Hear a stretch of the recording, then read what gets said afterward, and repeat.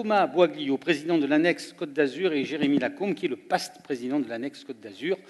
Vous avez réfléchi avec vos amis sur cette grande affaire de la transition numérique. Vous l'avez fait autour de 3 thématiques, m'avez-vous dit? C'est ça, tout à fait. Donc 3 thématiques, l'organisation du cabinet, le management en cabinet et la relation client. Donc c'est une enquête annexe CGEC réalisée en partenariat avec la revue La Profession Comptable. Alors je vais vous dire juste un truc technique, regardez. Oui. Si vous faites ça comme ça, alors là, de temps à autre, on va avoir des sauts. Exactement. Dessous, et en haut, là-bas, lui va faire ça avec son potard et ça va pas être bien. Alors on le cale bien sur le menton. Alors vous nous dites management, relation client, organisation, et vous vous basez sur une étude réalisée par un magazine. Bien. Tout à fait. Comment est-ce que vous définissez d'abord la relation que vos générations entretiennent avec le numérique? J'imagine que vous allez dire que c'est tout à fait banal. Alors, jusque-là, pas de grand étonnement. 80% des jeunes professionnels estiment qu'ils sont utilisateurs courants, voire experts, des nouvelles technologies. Donc, ça confirme déjà l'intérêt de ce congrès, sa pertinence, et ça montre qu'on a naturellement une appétence pour les nouvelles technologies. J'en viens même à dire qu'il y en a 10% qui s'estiment geeks, et grâce à eux, on va garder notre stéréotype du binoclard avec sa calculatrice au fond de son bureau. D'accord. Donc on est vraiment une génération du numérique. Ça, c'est une confirmation, rien de neuf sous le soleil.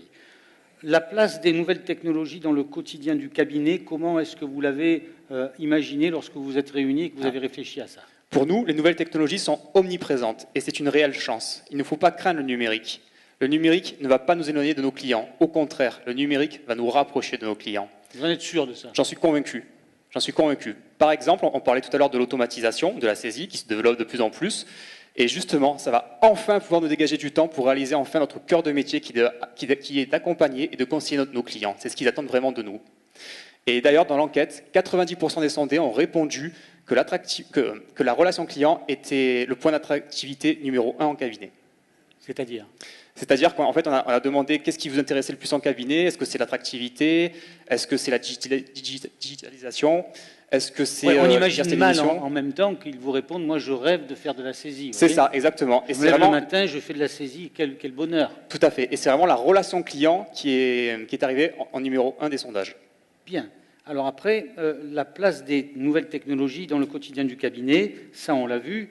Est-ce que tout ça ne va pas nous diriger vers une comptabilité low cost? Je ne pense pas. Absolument pas. J'en suis pas du tout convaincu. On n'est pas dans l'ubérisation? Alors certes, on risque de perdre la tenue comptable. Donc forcément, on ne pourra plus facturer quelque chose que nous ne faisons plus. Mais justement, si on automatise la tenue comptable, on va pouvoir enfin réaliser des missions à plus forte valeur ajoutée, comme notamment on parle des tableaux de bord, l'optimisation du statut social du dirigeant, faire de la gestion de patrimoine, et pourquoi pas aller jusqu'à même développer des missions de transition numérique pour nos clients. On en a les compétences. Oui. C'est partagé ça? Vous êtes d'accord? C'est vrai que l'ubérisation de la profession fait toujours peur. On a toujours peur la saisie à 20 € par mois, à X € par mois. À nous de nous démarquer et de montrer que déjà, ce n'est pas la saisie qui fait notre valeur ajoutée. Et donc, du coup, ce n'est pas sur ce biais-là qu'on va convaincre un client. Attendez, vous êtes sérieux là? Ça ne fait pas de la plus-value, mais ça fait quand même un fonds de commerce assez intéressant, non, pour vous, tout ça? C'est la base, ça représente une bonne partie du chiffre d'affaires actuel. Alors, si vous ne facturez plus ça, quand vous êtes projeté, vous dites on ne va pas perdre un pan de notre chiffre d'affaires, non?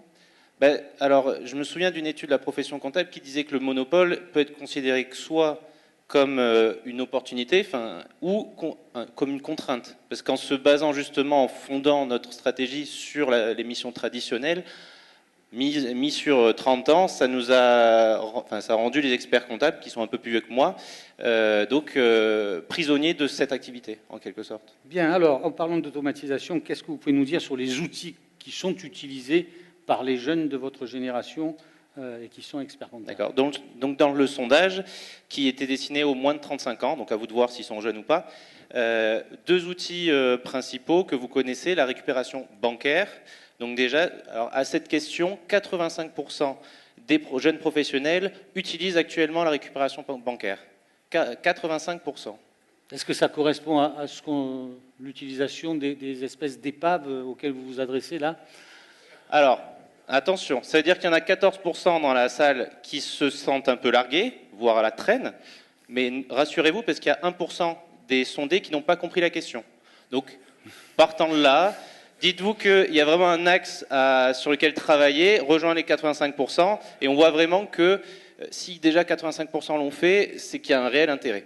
Alors ça, c'est la récupération bancaire. Voilà, la récupération des relevés bancaires, en fait. Le deuxième outil, c'est les scans fournisseurs qui ont été évoqués juste avant.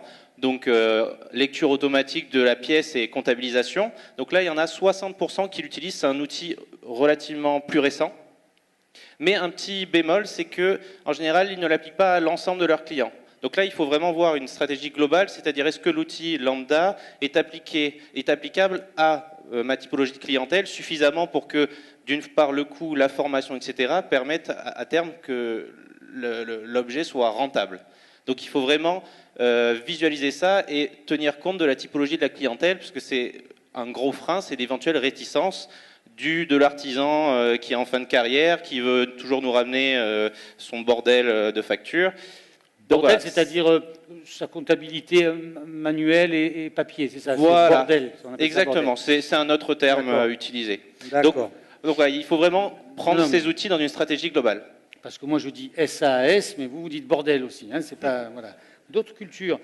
Thomas, oui. Quel sera l'impact du numérique sur le management en cabinet? Alors l'impact est vraiment énorme, parce qu'actuellement sur le marché du travail, on retrouve les générations Y et Z. Vous êtes quoi, vous? Moi je suis plutôt Y. Ouais.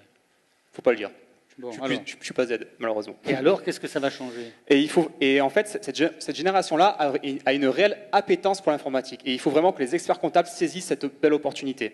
Parce que justement, nous pouvons accompagner nos employeurs dans leur transition numérique, par exemple en développant leur visibilité sur les réseaux sociaux, en participant par exemple à de la veille stratégique sur les nouveaux outils, voire même aller jusqu'à internaliser le rôle de responsable des systèmes d'information au cabinet, afin de ne plus être dépendant d'un prestataire. Mais là, il est plus expert comptable. Alors c'est comment on appelle ça? Un expert. Non, un geek, quoi. Un geek, c'est ça. Hein, d'accord. Donc, mais en termes de management, on va manager beaucoup moins de personnes chargées de la saisie, mais beaucoup plus de personnes chargées du conseil. Donc c'est complètement différent. Tout à fait. Tout à fait. Et c'est vraiment un réel point d'attractivité pour nos jeunes en cabinet. Et peut-être aussi une raison de s'adapter aussi, parce que c'est peut-être un peu nouveau pour les chefs d'entreprise que sont les experts comptables. Tout à fait. What else? Vous avez tout dit sur cette question-là? Tout dit. Le rôle du professionnel dans la transition numérique, alors qu'est-ce que vous Alors, avez, quand on pose la question aux jeunes professionnels, ils sont quasiment unanimes. 90% des jeunes estiment jouer un rôle clé dans la transition numérique des cabinets d'expertise comptable, mais aussi de leurs clients.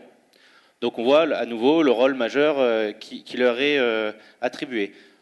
À titre personnel, je fais le lien avec ce qu'a dit Lionel sur le sujet. Ok, on aura un rôle clé là-dedans. Avons-nous les compétences? Avons-nous la formation?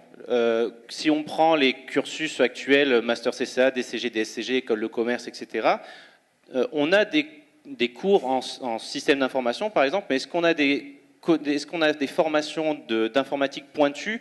Je ne pense pas nécessairement.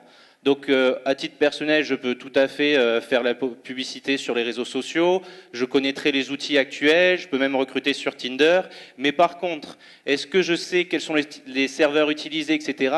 Moi, non, et donc il y a vraiment un travail de fond, c'est comment le jeune professionnel va se former, est-ce que ce sera uniquement par l'expérience, est-ce que ce sera par la formation continue, donc surtout que c'est une matière qui évolue énormément vite, donc si on a un rôle à jouer dedans, il faudra qu'on en ait les compétences.